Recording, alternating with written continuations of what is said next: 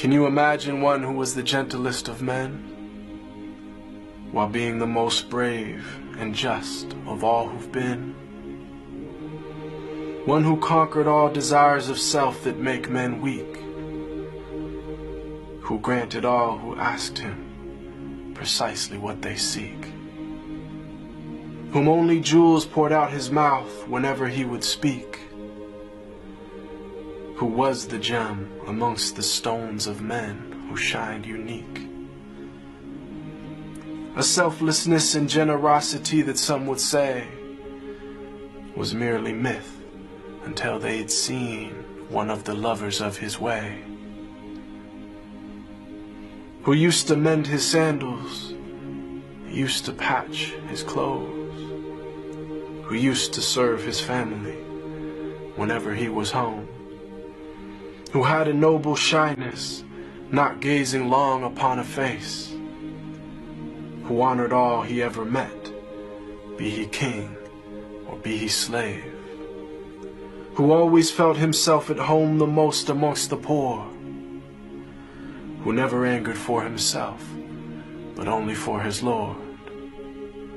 always just, always truthful, conscious of the one,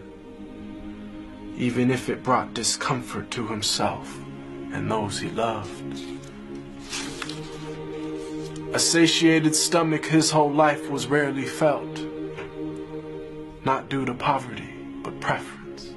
of others to himself, who knew the time of day by sun, the direction by the stars, who'd walk amongst his enemies without a single guard, devoid of any trace of self,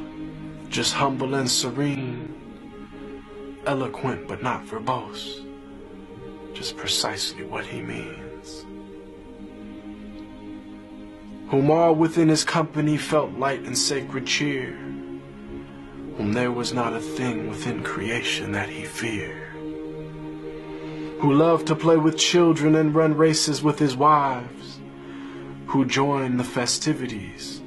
and honor customs of all tribes. When people yelled and lost their cool around him, he was calm, who asked forgiveness for his enemies, even as they did him wrong, who kept a goat he'd milk himself for people in his house, whose wives, when asked about him, said he was the perfect spouse, who never looked down on a pauper or flattered once a prince, who called every soul unto the one without even a flinch. Every single gorgeous trait of character he had, of noble lineage, yet he was the orphan of his clan, one imbued with wisdom and piercing inner sight,